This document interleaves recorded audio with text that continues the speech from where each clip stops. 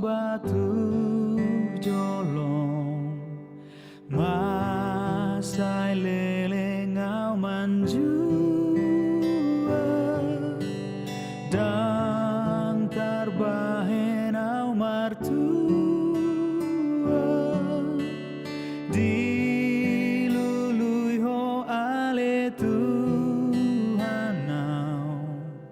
di ihuton ho au tunadau nam dapotan au di ho Tuhan di sondo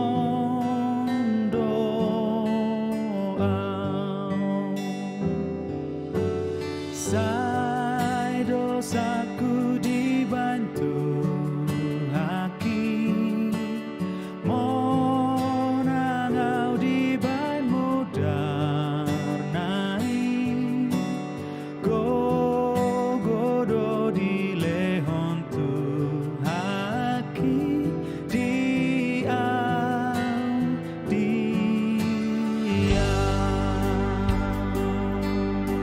Shalom dan selamat pagi buat Bapak, Ibu, saudara-saudariku yang terkasih. Salam sukacita dalam Tuhan Yesus. Kita akan mendengarkan siraman rohani pada hari Rabu 28 Februari 2024. Marilah kita berdoa. Terima kasih ya Allah Bapa di surga, kami memuji dan memuliakan nama-Mu atas segala kebaikan dan anugerah Tuhan yang memberikan kami nafas kehidupan dan memberikan kami sukacita hingga saat ini. Berkatilah kami Bapa di surga. Sebelum memulai aktivitas kami rindu dituntun oleh firman-Mu, sehingga firman-Mu benar-benar bertumbuh dan berakar dalam kehidupan kami. Bersabdalah ya Allah, sebab kami telah siap mendengarkannya. Amin.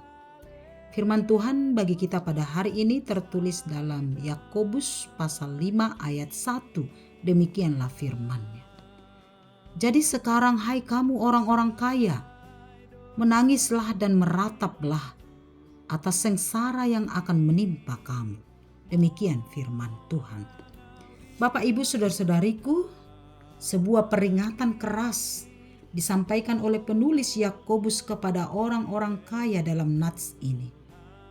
Tentu sebagai orang percaya kita memahami bahwa kekayaan adalah bagian dari berkat Tuhan.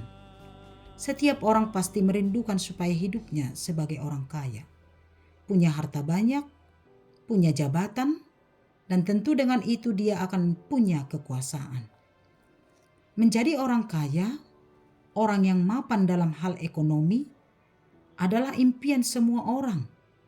Dan oleh karena untuk menjadi kayalah kita bekerja sekuat tenaga. Alkitab juga mencatat bahwa Allah memberkati orang-orang yang taat kepadanya dengan berlimpah kekayaan seperti Abraham, Yakub, Salomo, Ayub, dan lain-lain. Dari situ kita lihat bahwa Allah tidaklah membenci orang yang kaya. Tetapi mengapa dalam nats renungan kita pada pagi hari ini Allah memperingatkan orang-orang kaya, menangislah dan merataplah? Ada apa? Ternyata Bapak, Ibu, saudara-saudariku, yang terpenting bagi orang percaya bukanlah hanya supaya kaya, tetapi juga harus mempertimbangkan bagaimanakah cara supaya kaya dan bagaimanakah kehidupan kita setelah memperoleh kekayaan tersebut. Sebab banyak orang menempuh jalan yang salah, melakukan dosa untuk menjadi kaya. Dan setelah menjadi kaya, banyak juga orang yang memakai kekayaannya, menindas, merampas, dan menginjak-injak hak orang lain, hak orang miskin, dan orang yang lemah. Oleh karena kekayaannya, ia bertindak sewenang-wenang terhadap sesamanya. Orang kaya yang demikianlah yang dikecam dan yang diperingatkan Allah melalui nats ini. Sebab di ayat berikutnya dijelaskan bahwa orang-orang kaya pada saat itu justru menahan upah para buruh dan pekerja-pekerja di ladangnya. Orang kaya hidup berpoya-poya, tapi mereka tidak memberi hak orang miskin dan menahan gajinya, sehingga mereka akan kelaparan. Dengan kekayaannya, mereka menghukum dan membunuh orang-orang benar, dan mereka tidak bisa melawan. Begitulah kekejian yang dilakukan oleh orang-orang kaya. Mereka telah salah menggunakan kekayaannya, bukan menjadi berkat bagi kehidupan orang lain, tetapi justru menjadi ancaman bagi kehidupan orang lain. Itu sebabnya Allah menegur dan menghukum mereka. Maka mereka akan menangis dan meratap, sebab kekayaan akan busuk. Emas dan peraknya akan berkarat dimakan api. Artinya, kekayaan itu akan diambil oleh Tuhan, sebab Tuhanlah sumber kekayaan tersebut. Allah menginginkan kita dengan apa yang kita miliki, dengan kekayaan yang kita miliki, harusnya kita menjadi saluran berkat kepada orang lain, kepada sesama kita yang lemah dan miskin. Ingatlah bahwa segala sesuatu yang kita miliki bersumber dari Allah, baik harta, kekayaan, jabatan yang kita miliki adalah titipan dari Tuhan untuk kita pergunakan dalam hidup kita dan menjadi berkat bagi sesama. Hati-hatilah dalam mengejar kekayaan. Jangan halalkan segala cara, tetapi tetaplah di jalan Tuhan.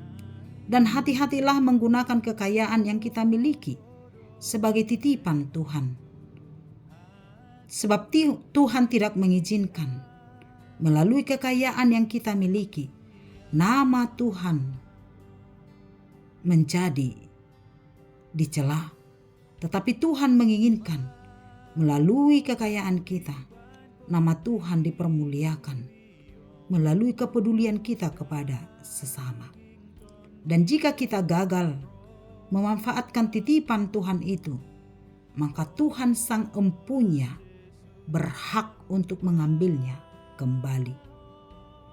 Syukuri setiap berkat yang kamu terima dari Tuhan, dan mari pakai berkat itu untuk kemuliaan nama Tuhan dan menjadi berkat bagi sesama kita.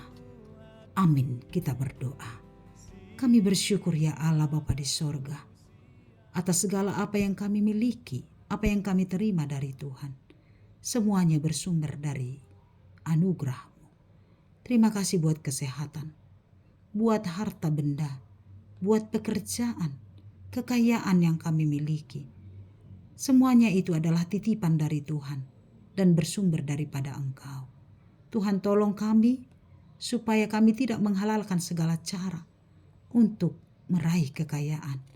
Tuhan tolong kami untuk memakai harta, kekayaan dan pekerjaan yang Tuhan berikan bagi kami untuk kemuliaan nama Tuhan dan untuk menjadi berkat bagi sesama kami.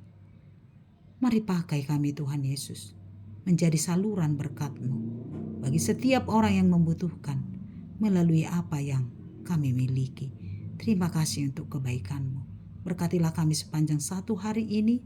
Tuhan pimpin kami melakukan setiap pekerjaan kami dituntun oleh firman-Mu, sehingga hidup kami selalu layak bagi Tuhan. Berkatilah orang-orang yang mengalami sakit penyakit. Tuhan Yesus Maha Pengasih, mari Tuhan sembuhkan, mari Tuhan pulihkan. Orang-orang yang mengalami duka cita, yang sedang mengalami pergumulan berat, Tuhan topang, Tuhan beri pengharapan dan penghiburan, sehingga tidak ada satupun yang jatuh kepada keputusasaan. Berkati anak-anak kami dimanapun berada, Tuhan pelihara dan jaga, sehingga mereka senantiasa hidup di dalam Tuhan. Terima kasih Bapa di sorga, kami serahkan hidup kami sepanjang satu hari ini hanya ke dalam tangan pengasihan-Mu. Ampuni kami dari dosa kami. Dalam nama Yesus kami berdoa. Amin. Anugerah Tuhan kita Yesus Kristus, kasih setia Allah Bapa, dan persekutuan dari Roh Kudus kiranya menyertai kamu sekalian. Amin. Selamat pagi, selamat beraktivitas. Tuhan Yesus memberkati kita. Horas.